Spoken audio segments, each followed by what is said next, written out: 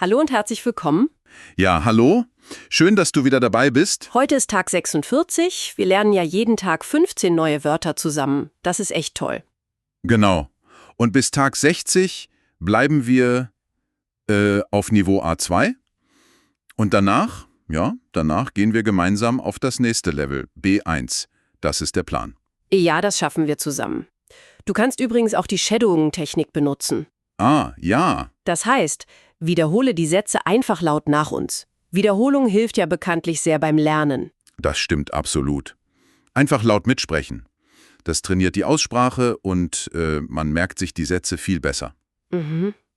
So, das Thema für heute ist Grundwortschatz, Wetter und Jahreszeiten. Ah, Wetter und Jahreszeiten. Genau, speziell für Deutschlernende auf Niveau A2.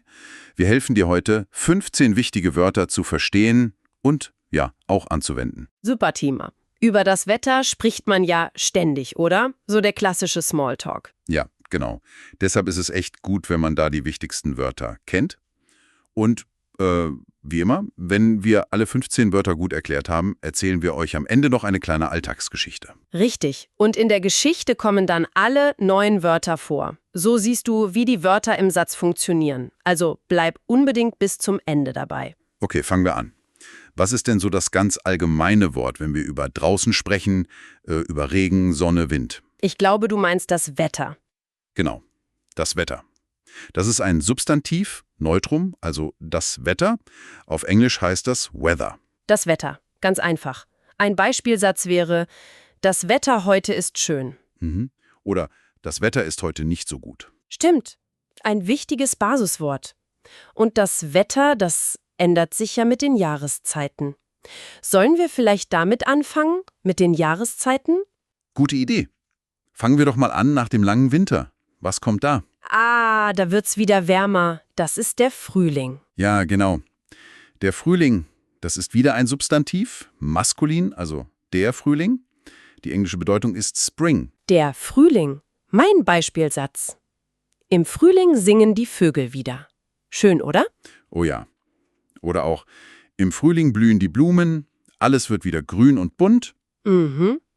Und nach dem Frühling, wenn es dann richtig warm wird, kommt Na klar, der Sommer. Der Sommer. Auch ein Substantiv, maskulin, auf Englisch Summer. der Sommer. Ich sag mal, im Sommer gehe ich gerne ins Schwimmbad. Das passt super. Oder ganz einfach, im Sommer ist es oft warm. Ja, meistens jedenfalls. Gut, was kommt denn nach dem Sommer, wenn die Blätter sich verfärben? Das ist dann der Herbst. Wieder maskulin, der Herbst. Auf Englisch, da gibt's zwei Wörter, glaube ich. Ja, stimmt. Autumn oder Fall.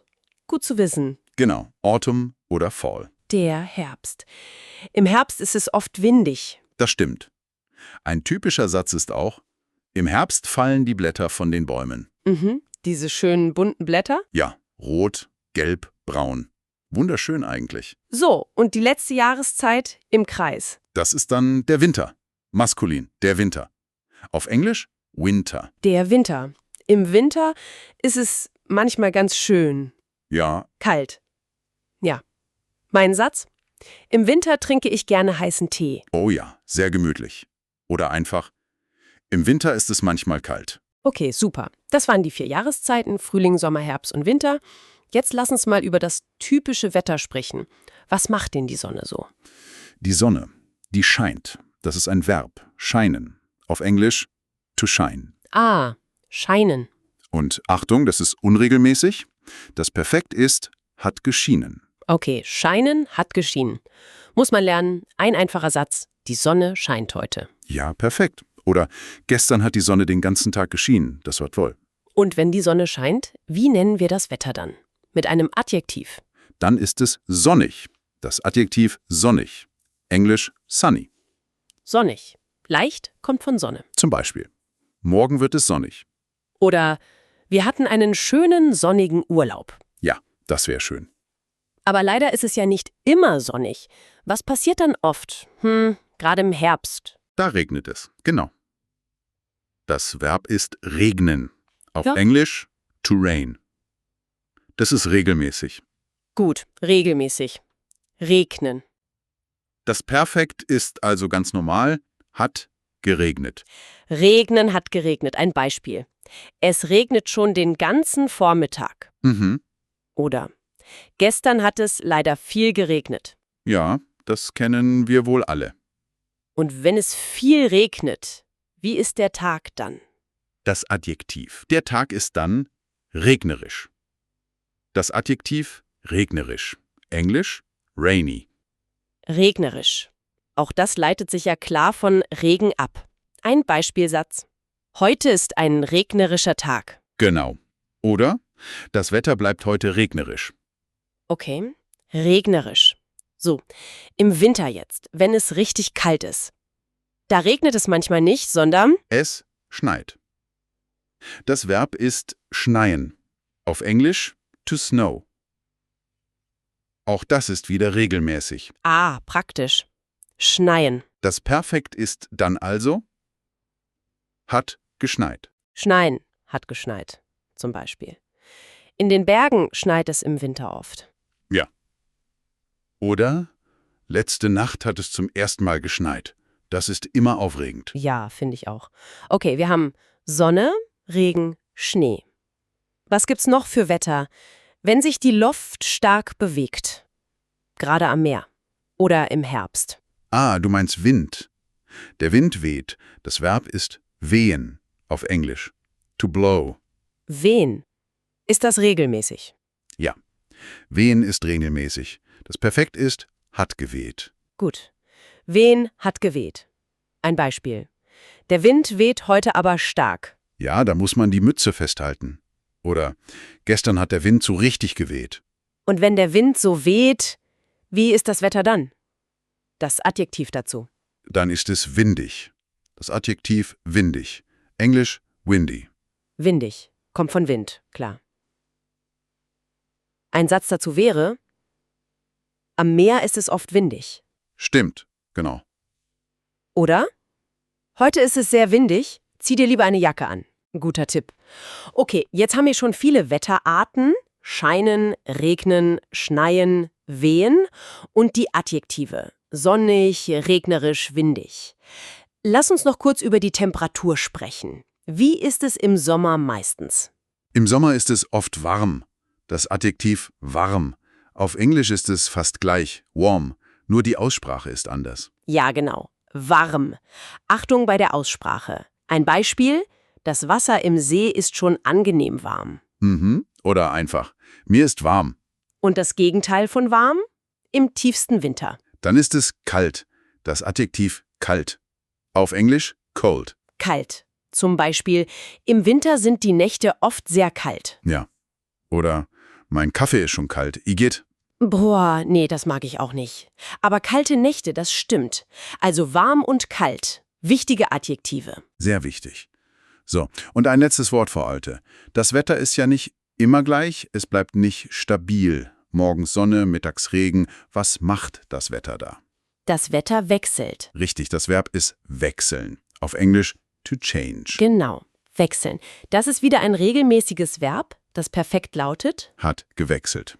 Wechseln hat gewechselt. Ein typischer Satz dafür: Das Wetter wechselt heute ständig. Ja, das ist typisch Aprilwetter, sagt man ja auch. Man weiß nie, was man anziehen soll, oder? Im Gebirge kann das Wetter schnell wechseln.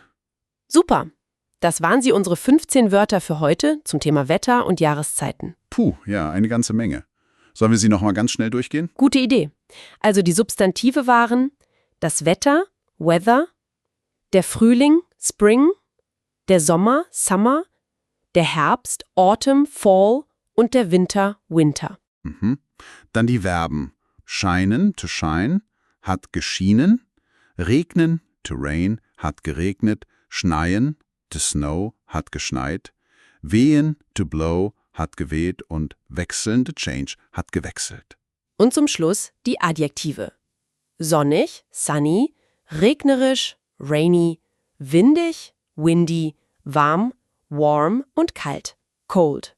Klasse. 15 Stück geschafft. Ja, und hey, wenn dir dieser Podcast gefällt und dir beim Lernen hilft, dann abonnier doch bitte unseren Kanal. Genau. Und gib uns einen Daumen nach oben. Das motiviert uns sehr. Okay, super.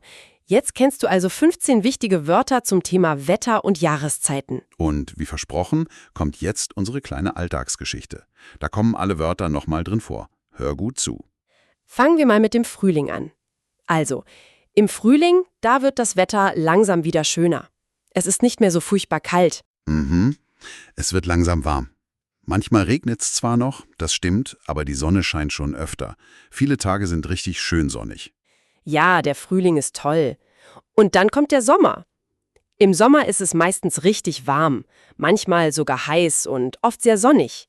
Die Sonne scheint fast jeden Tag. Stimmt. Aber manchmal kann es im Sommer auch plötzlich regnen. So ein Sommergewitter halt. Ja, genau. Nach dem Sommer ist dann der Herbst da. Im Herbst, da wechselt das Wetter wirklich oft. Mal so, mal so. Es wird wieder kühler, es ist oft windig. Der Wind weht dann kräftig. Und viele Tage sind grau und, regnerisch. Und dann kommt der Winter. Im Winter ist es oft sehr kalt. Manchmal schneit es sogar. Gerade in den Bergen liegt dann Schnee. Ja, wenn Schnee liegt, ist alles so schön weiß und ruhig. Aber oft ist es im Winter bei uns ja auch nur nass und kalt und windig. Der Wind weht dann so eisig. Brühe. Im Winter freuen wir uns dann alle wieder riesig auf den Frühling. Wenn das Wetter endlich wieder wärmer wird, die Sonne öfter scheint.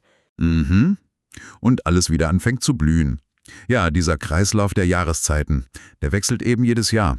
Das war unsere kleine Geschichte. Hast du alle Wörter wieder erkannt? Wir hoffen, die Geschichte hat dir geholfen, die Wörter im Zusammenhang zu sehen. Man sieht gut, wie das Wetter sich übers Jahr wechselt. Genau. Und jetzt bist du dran. Probier doch mal selbst Sätze mit den neuen Wörtern zu bilden. Ja. Schreibt bitte eure Sätze mit diesen Wörtern unten in die Kommentare. Wir sind gespannt und freuen uns drauf. Ja, Übung ist wichtig. Und? Abonniert den Kanal und wenn euch diese Folge gefallen hat, lasst uns einen Daumen nach oben da. Das zeigt uns, dass es euch gefällt. Und nicht vergessen, morgen geht's weiter mit einem spannenden Thema. Farben und Formen Teil 2.